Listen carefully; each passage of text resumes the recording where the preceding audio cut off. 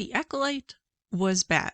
Now, at this point, we all know that it is one of the most hated Star Wars projects ever, potentially. It's hated worse than Jar Jar Binks. It's worse than The Last Jedi. It has only really divided fans so much that it's actually brought us all together, in that we all are so divided on how we feel about Star Wars now that we can all come together and agree that maybe The Last Jedi, bad as it wasn't this bad.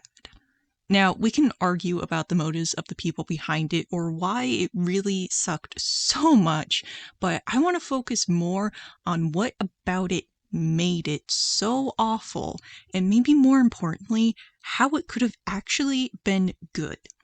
Now, why should anyone care what I say? Well, I'm not just a Star Wars fan, but I'm an actual screenwriter.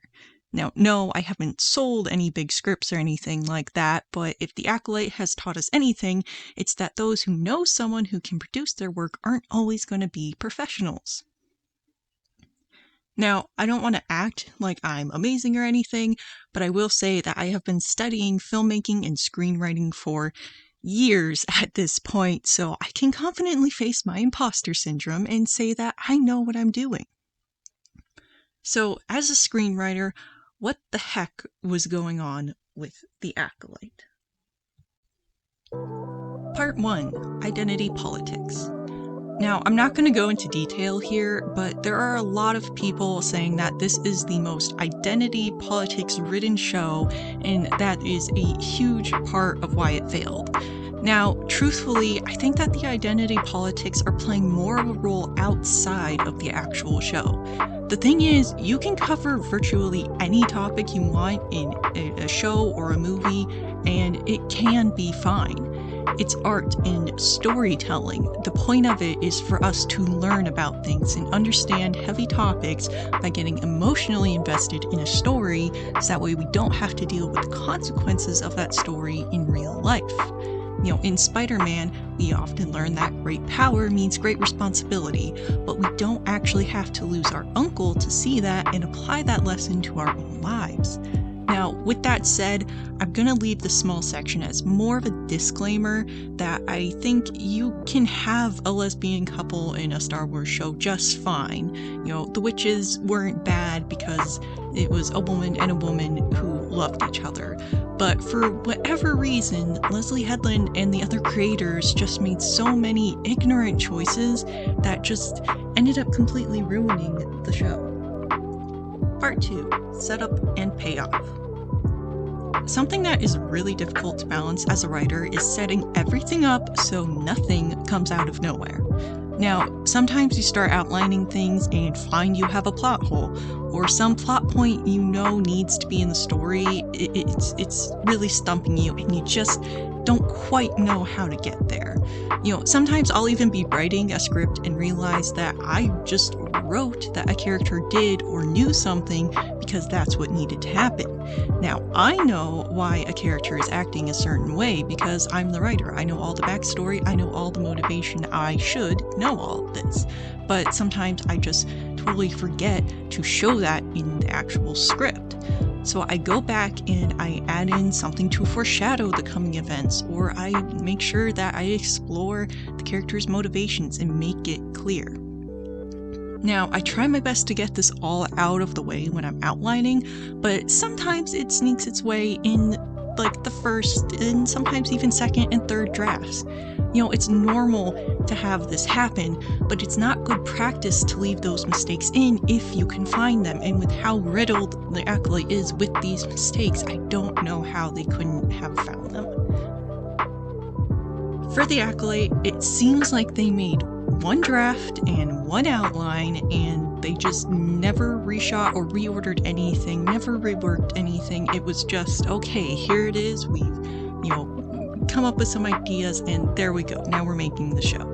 And it's not to say that it's absolutely impossible to write a home run in one go with like a minimal outline, but it's really hard. So the first screenwriting class that I ever took was taught by a writer who, had been in the business for way longer than I have even been alive, and he always stressed the value of an outline. In my most recent script, I had to do a ton of heavy world building and had several characters trying to either solve or cover up a mystery, and I think if I didn't have the outline, my head would have exploded. There was so much to keep track of, and in order to make sure that every single thing that was seen needed to be seen, and that I didn't have any red herrings that weren't supposed to be there, and that everything that it needed to be hinted at was hinted at, I had to do an outline, and I had to do several outlines. The Acolyte is made up almost entirely of plot holes or spontaneous character motivations.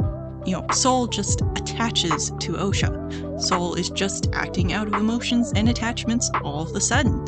May just suddenly is devoted to Osha.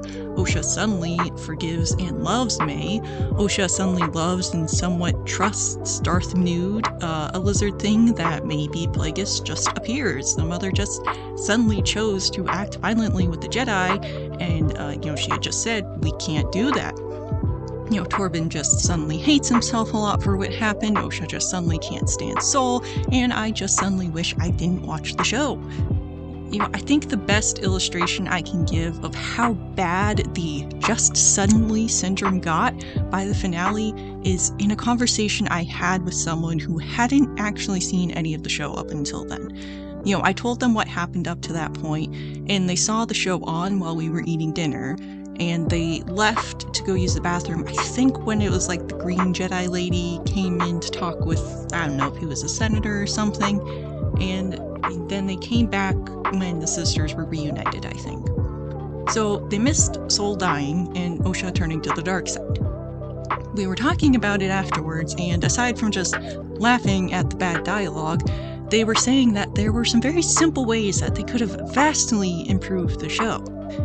They said that it maybe wouldn't have cheapened Anakin's story and actually added something of interest if they had the whole they are one person plot point mean something. Maybe their mother made a kid out of the Force and forced it, but it was this unstable and unholy creation. That's why it split into two. The Force didn't want to be out of balance, so a dyad was made with this dual person where one would always have to be a part of the light and one a part of the dark. What if May actually matured and took some ownership and forgave Sol, overcoming her past in a way Osha never could, and that forced Osha to become a villain against her own will?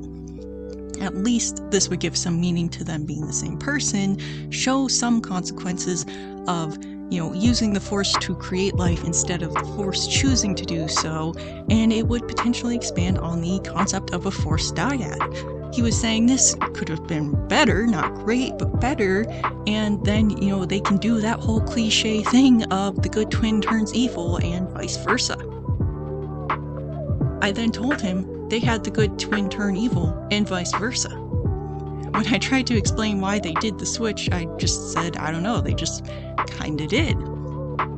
So, when someone who knows every plot point of the show up to the finale only misses maybe 3 or 4 scenes and sees the ending, but they can't understand a huge plot point that is essentially the crux of the entire show and what, in theory, it was always leading up to, that is a bigger red flag than Osha falling for a Star Wars serial killer. Now, I knew as soon as Osha said that she saw May killing Sol that it was going to be her doing it, but that doesn't count as the show setting it up. That counts as me being really tired and hoping that if I guessed the ending, it would go by quicker. It didn't, but I already agreed to watch the show with someone else and they had the remote. Now, I can think of a lot of other shows where I could probably understand what was going on even if I missed the climax, simply because of context clues. The first thing that comes to mind is Full Metal Alchemist. If I watched everything but I missed the scene where Edward finally figures out how to get his brother's body back, I'm trying to avoid heavy spoilers here in case anyone sees this who hasn't seen that show, which I highly recommend you do because it's amazing. But if I saw the resolution, I'd be able to guess what it is he had to do to fix everything. I watched all of The Acolyte, and I hardly understand why it ended the way it did. The only evidence that I can think of that set up Osha's turn was that she was kicked out of the Order. Technically she said that they didn't fire her, she quit, but they kicked her out. The thing is, it's not until a few minutes before this old trauma and character-defining trait changes her completely that we actually get to know what's going on with her. It's in her fight with May where we finally get to see it. Osha can't let go of her past and has a huge fear of betrayal. Okay, we can work with that. That can make for an interesting character. But why didn't we see that becoming an issue for her before? Could we have seen Soul trying to train her and her failing to control or even failing to use the Force because of it? Maybe we could have seen the moment she failed and totally quit, wasn't fired, giving us a real sense that Osha is so broken from one betrayal that she will snap if she finds out about the cover-up. Maybe Soul doesn't want her to come on the mission because of her instability and not because he's worried about her safety. He knows trying to face May will send her into a spiral. Maybe we could have actually seen her spiral when she sees May for the first time. She thought she could handle it, but her turn to the dark side starts the moment she has to confront her past. As it stands right now in the show, it really does seem like Osha would have just understood what Soul did and how everything turned out if he had just told her about it at any point before the finale. So why? Why did that happen? A bit of advice I have for other writers is to not worry about keeping a twist a surprise. In all honesty, there will probably always be someone who guesses it. For example, in the Percy Jackson show, they tried to hide Luke's betrayal by basically cutting him out of the show. Now, what did that do? That made the emotional impact of his betrayal mean way less.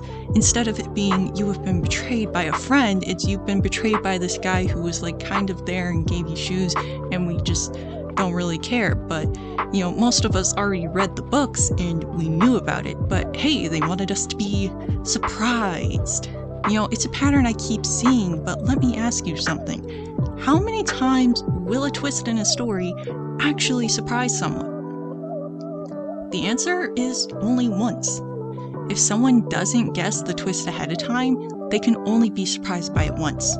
Think to any movie or show with a twist. I'll use Avengers Infinity War when Thanos uses the Time Stone to bring Vision back so he can kill him again to take the Mind Stone. I have chills every time I think about that scene. I've watched it so many times and I know exactly how it plays out, but it was so well done that it doesn't matter that I'm not seeing it for the first time. I know what happens during Order 66. I know Vader is Luke's father, and I know that Maul kills Qui. I know Thanos wins, and then I know Iron Man comes back swinging. I know that the T-Rex comes in and saves everyone from the raptors in Jurassic Park. I still watch those scenes with just as much anticipation as before, and not because I don't know what's going to happen, but because they get me invested every time. Lead up to your twists so they actually count. If you expect your audience to care about a character changing, get them invested first. We knew Anakin was always going to become Vader, but the journey and tragic fall was what made it worth caring about. If Anakin was just like Obi-Wan and a perfect Jedi, then suddenly Palps came to him and was just like, let's be evil together, and he agreed, we would just be lost. We wouldn't be invested. We saw a good person with major flaws slowly succumb to them. That is what made us watch. Osha just kind of turns because she does. The writers knew she totally quit and wasn't fired from the Order because of her anger and fear of betrayal, but we weren't glued into that. Of course, it's going to be so much more interesting to just suddenly pull all this stuff out of nowhere so nobody feels like it was earned, right? I should be taking notes. Part 3. Writing in an Echo Chamber. I can't help but notice that the creators of the show were clearly emotionally attached to the characters and wanted us to feel that too. In the finale, May and Osha have this big reunion and sad parting when May has to have her mind wiped. The music swells, they cry and say their weird poem that they can't remember why they say it, and it keeps cutting to a wide shot of them under the tree, and it's supposed to be all bittersweet, showing the contrast between where they started and the cruel serenity of them being united again at home as they prepare to be ripped apart. And during this whole scene, I was just thinking how much I wish the Jedi would catch up to them and the Whip Lady would just go nuts. I forgot there were talks of a season 2, so I was kind of hopeful that they would end the series by killing the Sith and the twins, but that didn't happen. So I was just rolling my eyes the entire time. I think the only word I have to describe Osha and May is brats. They're really entitled, never take responsibility for themselves or their own actions, and kind of just think about everything in relation to what they feel or what they want in that moment. I don't think they ever got out of adolescence. If this is what we as the audience see, then expecting us to care is idiotic at best. I wasn't celebrating for the sisters. I didn't cry for them. I'm not excited to see Osha and her Sith boyfriend. I don't feel like the protagonist is someone who deserves to get what they want. You can have a dark protagonist and get the audience to care. Think about Joker. We don't want him to do what he's doing, but we can fully understand him. We may scare ourselves with how we sympathize with him, teaching us to hold on to our morals and treat everyone a bit better. We feel pity and frustration about Anakin, and we hope that one day he will return to the light, as we know he does. But we wish sometimes that he left the Order and chose to run away with Padme to raise their kids, as is evident by all of the what-if Star Wars content about that. We want him to do good things, and we can support that. We don't support killing younglings. Osha became the thing she hated. Someone who is so unsteady that they betray the ones they love. Why did she do this? Because she found out someone she loved betrayed her. Why did she kill Sol, who had been pretty kind and sympathetic, instead of May, who did indeed almost set her on fire, threatened to kill her so she wouldn't go off to Jedi college, never respected her individuality, was the catalyst for her childhood trauma, and took her clothes and left her with a major exposed wound and probably a concussion, if not a few shattered bones, including her spine in the middle of the forest so that no one goes into, so that way she would be left in her underlayers for a serial killer to find that May knows is trying to kill her. I have had many people in my life betray me, but I kind of have this thing called perspective. I can understand that what some people do is worse than others, but I can also understand that that doesn't give me a right to kill them. I actually changed my mind on a season 2. I think that would be good, so that way we can see Osha get arrested, and she can just throw fits when the prison guards don't flirt back with her. The point of all of this is to say you really do need to look at your work from an outside perspective, at least if you want to sell it to an audience, especially a large audience needed to make back all of the money that you spent on such a large project. If you have an idea for a scene where these characters are bitterly ripped apart, go for that, but do the work to think of what the audience will care about. Now, I'm going to reference Jurassic Park again. Think back to that final sequence. You see Hammond look out at the park one last time before he has to get on the helicopter. Everyone's exhausted, they're beat up from their trials, but they're safe. The kids are sleeping, the soft music of the theme plays, and Alan looks out at the birds flying over the ocean. This means nothing without the rest of the movie. We know how much the park meant to Hammond and why he doesn't want to leave it. We experienced its beauty and its horror. We're glad the characters can finally just breathe, because we can too. We know how Alan was amazed with the islands because the birds were the closest thing that he'd ever gotten to seeing these dinosaurs alive. They are proof that life finds a way, but it just wasn't close at all to that grand scale of all those old fossils he was finding. It's bittersweet because we experienced that awe and wonder too, but Alan, Hammond, and us now know we can't really have it. Osha and May just fought all the time. The only nice thing about their relationship was them talking about ice cream, and even then, it was a one-sided conversation. I have sisters, but let me tell you, anything good about our relationships comes from the times where we're getting along. Positive memories make a positive relationship. If I only think about the times we argued, I don't think I would like them very much. Maybe the sisters got along literally every minute of every day except for what we saw, but that was a choice. This isn't a documentary, and even then, they tend to cut the footage to make whatever is the best story with what they've got. It's entirely fiction. You're making it from scratch, so why not show us something like them actually liking each other? They constantly act like they want to rip each other to shreds, so beyond why should I care, why should they care? It's another just supposed to situation, but I really think the writers just forgot that they made the characters insufferable. In the last script I wrote, I ran into this problem too. I needed a protagonist that was a little rough around the edges, but then I realized I made him really annoying. So I added humor. I let him loosen up a bit. Now it makes sense why the audience and other characters in the story would care about what happens to him. This can go far beyond just writing. Casting is a huge part of it. For the movie Cherry, the Russo brothers talked about how the whole thing wouldn't work unless the audience could empathize with the main character, which is why they casted Tom Holland. They didn't want the protagonist to be this big, intimidating, moody guy.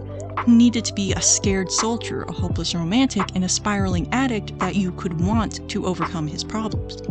They didn't want the protagonist to be this big, intimidating, moody guy. He needed to be a scared soldier, hopeless romantic, and spiraling addict that you could want to overcome his problems. They thought of what the audience would think. I'm not trying to say that the cast of The Acolyte are bad actors. I thought Oscar Isaac wasn't really too great because I only saw him in Star Wars, but then I saw him in Moon Knight. Now I know I just don't like the sequel trilogy. Who I am going to have to call out here is Headland. Part 4. Directing. I've directed a few short film projects. I've worked with actors who have actually trained, as well as people who were, just willing to volunteer their evening to help me out. I've taken a few acting classes myself, and I can tell you that the director is so critical in helping the actor to find the right performance. It's almost like working with actors is part of a director's job for a reason. Why is it that Osha and May have the exact same reaction to finding out the other's alive as they do to waking up, as they do to killing someone, as they do to forgiving each other, as they do to seeing a naked man for seemingly the first time ever? These things may actually garner different reactions in real life. The person I mentioned previously who hadn't seen any of The Acolyte before the finale actually laughed at the first scene between Osha and Sithpik, and honestly, I did too. It felt like a scene that would have been in the After series, or some awful romance series between an abusive man-child and a girl who thinks she can save him, but just slowly loses herself to his tantrums. It didn't feel like a conversation between a failed Jedi about to fall to the dark side and a killer who's trying to slowly prey on that weakness to turn her. It felt like a scene from The Kissing Booth. If I had to make a guess based on the evidence, Headland doesn't understand how intricate acting can be or how to help an actor sculpt a performance that is more than just surface level. It really looks like she just came up with one single word to describe what each character felt and told them to play that the whole time. And I'm not talking through each scene, I mean the entire show. I'm no expert at acting, but I have learned a fair amount about it, partially to understand how to be a better director. One exercise that I had to do so many times that I used to hate, but now I absolutely love, is assigning an adverb to each and every line. I would be given a short scene, and for every single sentence that my character spoke, I had to come up with a unique description for it. Then, when it was time to perform our scenes in class, we tried to act according to those words. Even if you had to come up with words that were extremely similar, it pushed you to think about the little differences and variations in each line. Now, let's look at the finale, the final confrontation between Sol and Osha. You can say that Sol starts by trying to excuse his actions. Then maybe instead of jumping right to being mad and just staying there, Osha could have delivered her next line like she was trying to plead with Sol. Her performance could have shown us her fear of another person betraying her and how she was willing to lie to herself for protection. Then Sol's next line is to pacify then Osha to accuse, then Sol to defend, then Osha to punish, and finally Sol to surrender or apologize. Even just the difference between surrender and apologize is going to give you a totally unique performance, and the director is responsible for helping the actor decide which one of these is best for the scene. Sometimes good performances can save bad writing, but pairing performances that feel like they have no depth to them because they had no direction with bad writing, it just makes it seem like nobody understood what they were doing with the show at all. Part 5. Does anyone know what they're doing? The Acolyte's stories and themes are just a mess. For something where it seems like they were trying to be deep, I really can't tell you what any of this was supposed to mean. Is it supposed to be that you should always tell the truth, otherwise bad things happen? Osha became a Sith because she's mad no one told her the truth, and the main mother didn't just tell the truth to the Jedi that Osha was allowed to leave with them and literally packing her things as they spoke.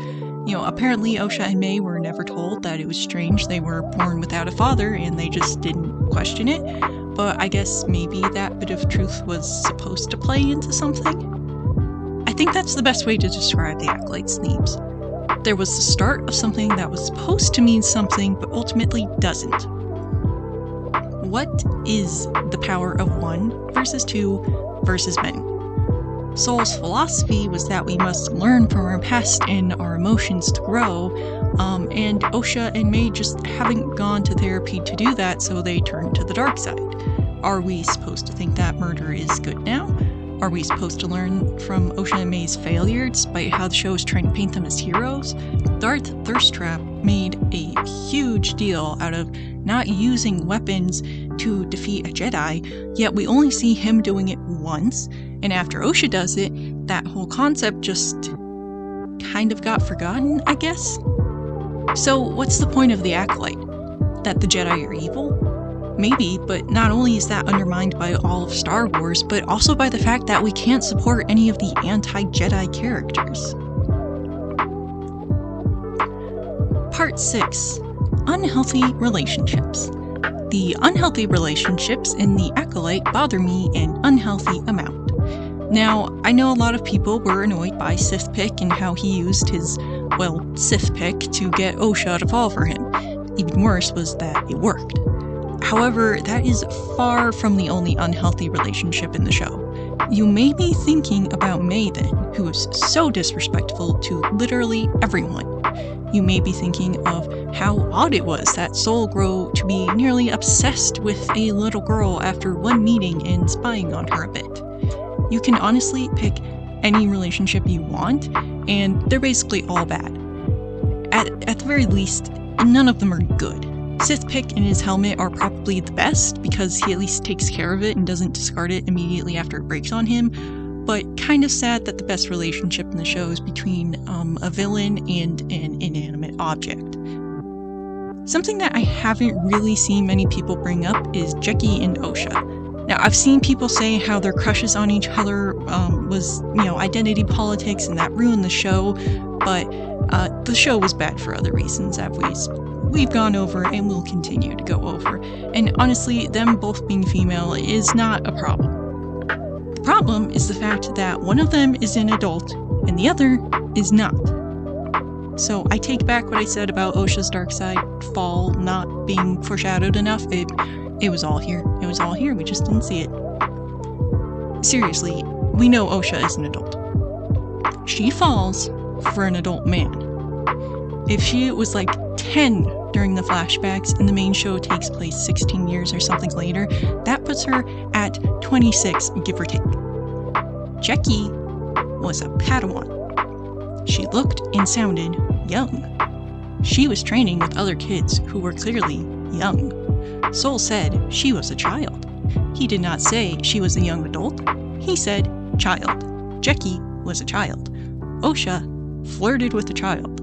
The mid to late 20-year-old adult was flirting with a child. The adult flirtatiously told a child how flexible they are. The adult tried to pick up a teenage girl. And my dog is scratching at the carpet because he does not like that either. Part 7. Unfinished plot threads. The Acolyte is plagued with plot threads that either wrapped up in an underwhelming way or didn't go anywhere at all. If you hear any jingle jangles in the background, that would be my dog. It seems like they were hoping to resolve a lot of issues in a second season, but not only was that a really bad plan, it doesn't even explain everything that wasn't resolved. In the finale, May says she escaped the fort and stayed under the big yellow tree. Maybe I missed it, but how did she get off the planet where no one else lived? When and how did she meet Sithpick? Speaking of the Sith, what was with him and his master? Why did he turn? Why didn't we see her whipping her new Padawans? Or did she change and she was bad and now she's good? Or was Sithpick the problem? We just don't know. What is the power of many? Why did they all die when they were pushed out of the Wookiee? Why is it important that May and Osha are the same person? Did the Ascension and May's tattoo mean anything other than giving her a tattoo? Why fight without a weapon? What's with the lizard fingers? And why was this show made? Lots of unanswered questions. Part 8. Lore Breaks. Now, before I explore how the Acolyte could have been better, I want to address something that has annoyed a lot of fans, and that's the constant lore breaks. Now, the creators and some media outlets have tried their best to ignore these complaints, but there's a pretty big reason why it matters, and I want to tell you a little story to kind of express the point. So when I was taking 9th grade English, we had a vocabulary list that we had to memorize each week. And one week we had the word canvassed on the list. That's like a door-to-door campaign, and the teachers made this huge deal to us about how it's not a canvas that you paint, so don't get that confused. And they would say it like that every single class. There were a few other trick words that we had similar to that week, and so it was just a week of trick words, or it was supposed to be.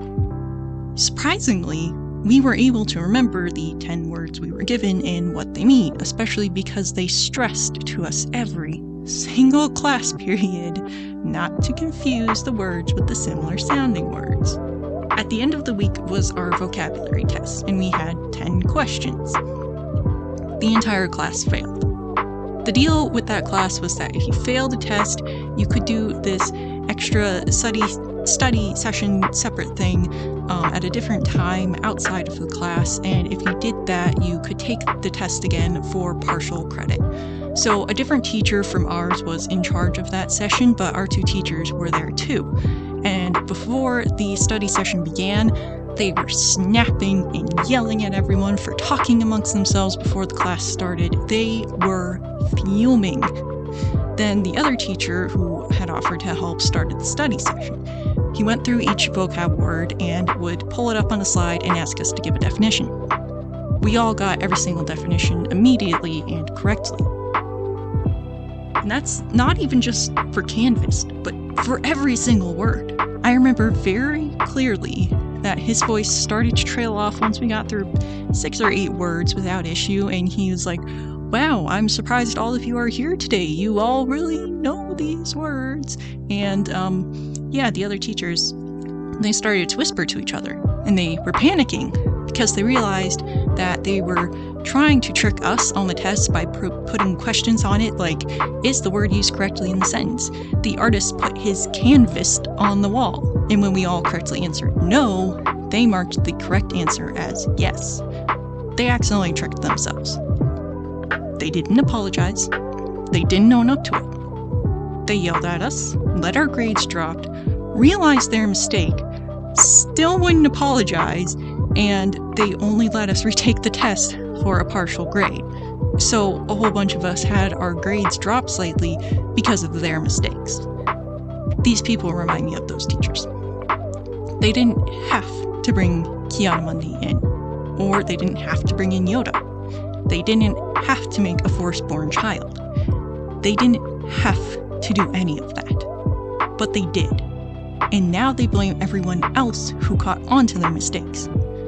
Don't gaslight your students or your audience, especially because we aren't going to fall for it.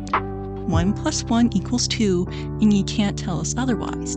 I know canvassed is different than canvas, so just keep your lore straight, okay? If we can, you can.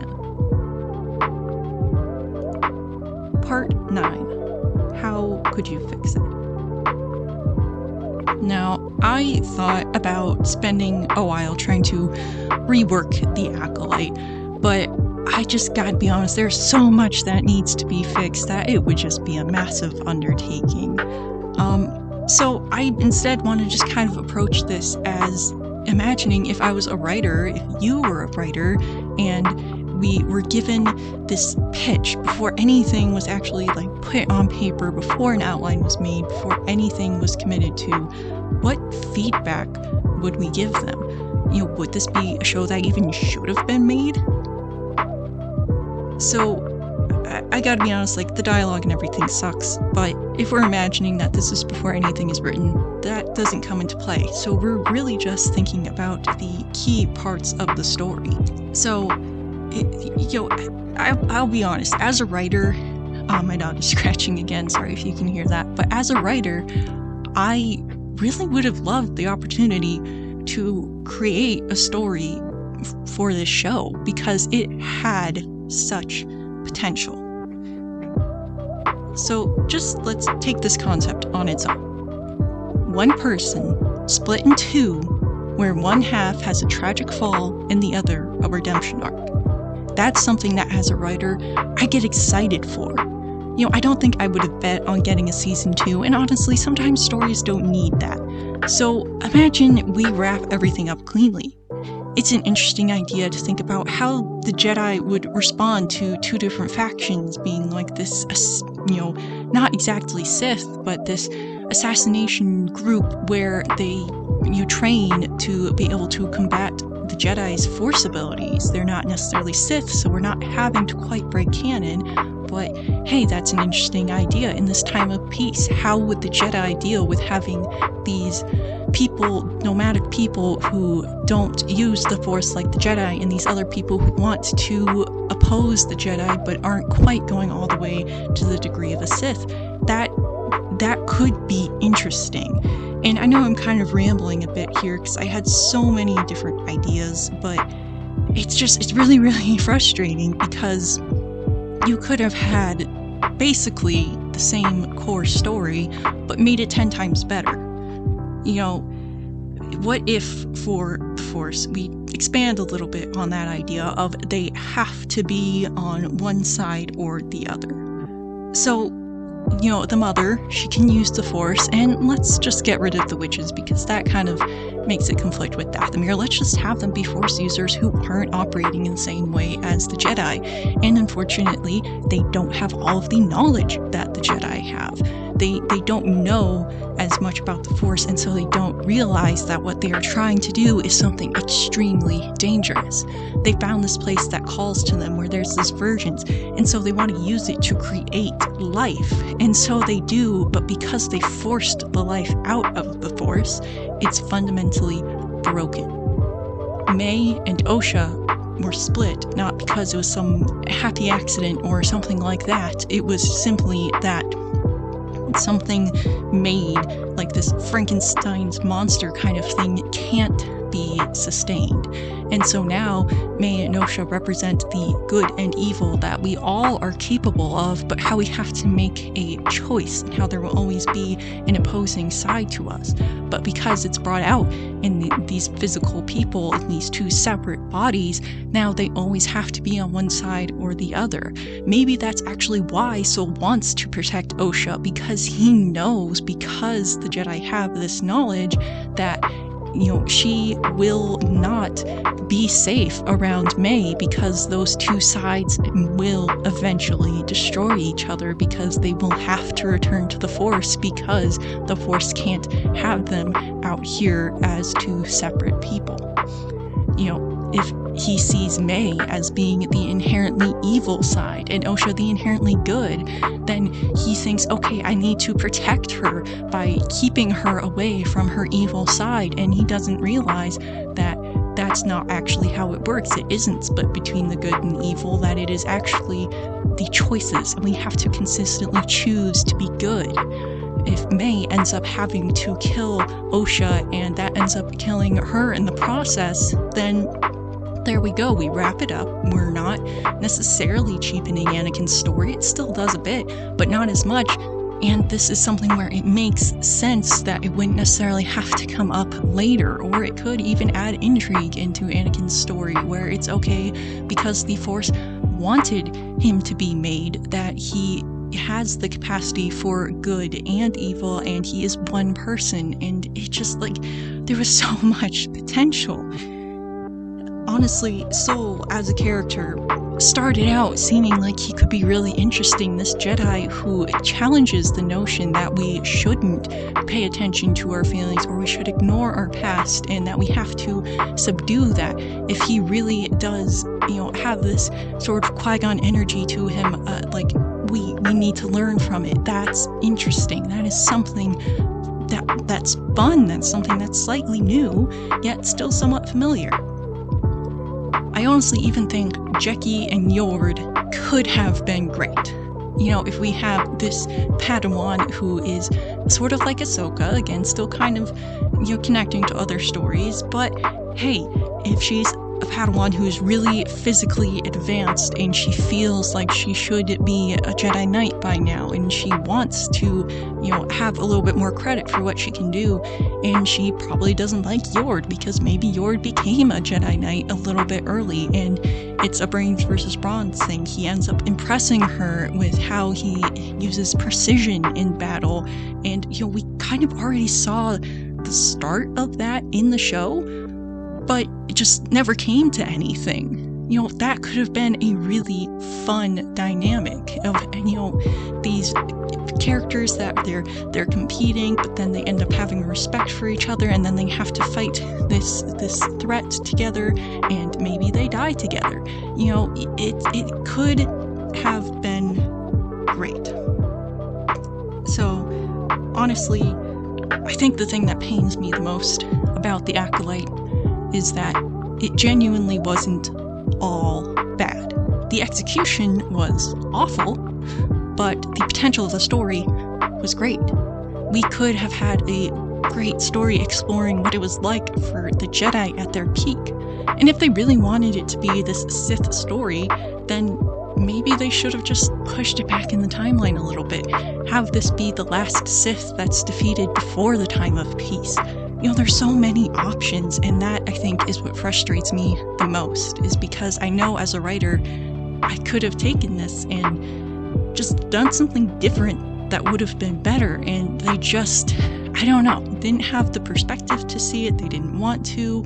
I genuinely don't know why they didn't, but this is why it's really so dangerous to write in an echo chamber, and why you really can't just write solely for yourself, because hey, this isn't your fan fiction, this is supposed to be canon, this is something you're expecting other people to see and engage with, and like it could have been good. It could have been good. There are so many plot threads here where if you had just taken it a slightly different direction, it could have been amazing.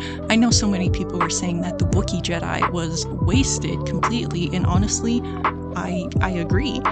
And they just were trying to copy all of these different types of things that happened from the other movies, the person born of the Force, they wanted Sol to just immediately connect to Osha because of Qui-Gon and Anakin, even though they didn't understand that, and they didn't understand Anakin's fall or the Jedi's fall or any of that, and so it just feels like there's just a misunderstanding not only of Star Wars, but of what it actually means to tell a story.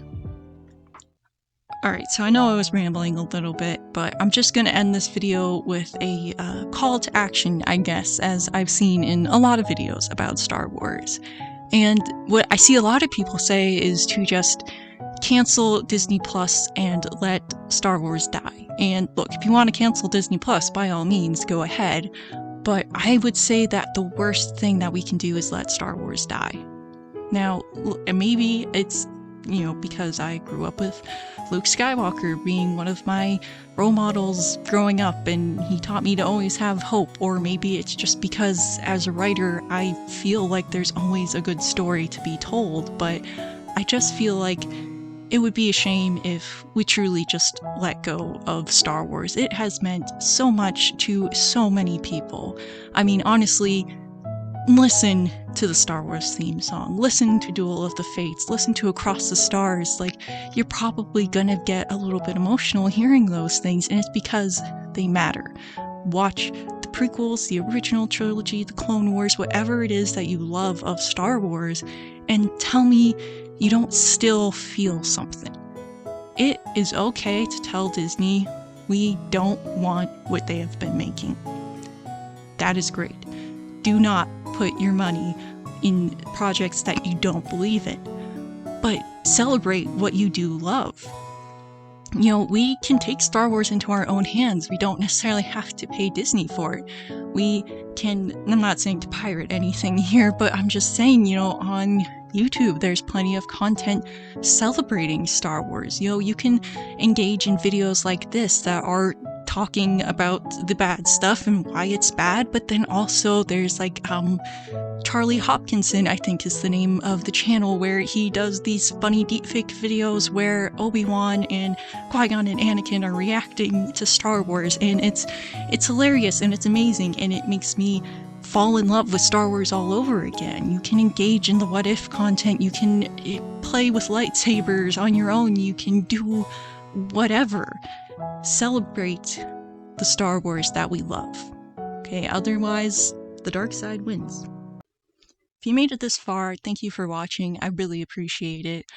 Kind of experimenting with how I want to try to make videos, and we'll see if I continue to make them or not. My audio setup is not the best, but hey, we're getting there. So thank you so much for watching. If you like this sort of content, please feel free to like, subscribe, comment, do whatever. And yeah, thanks.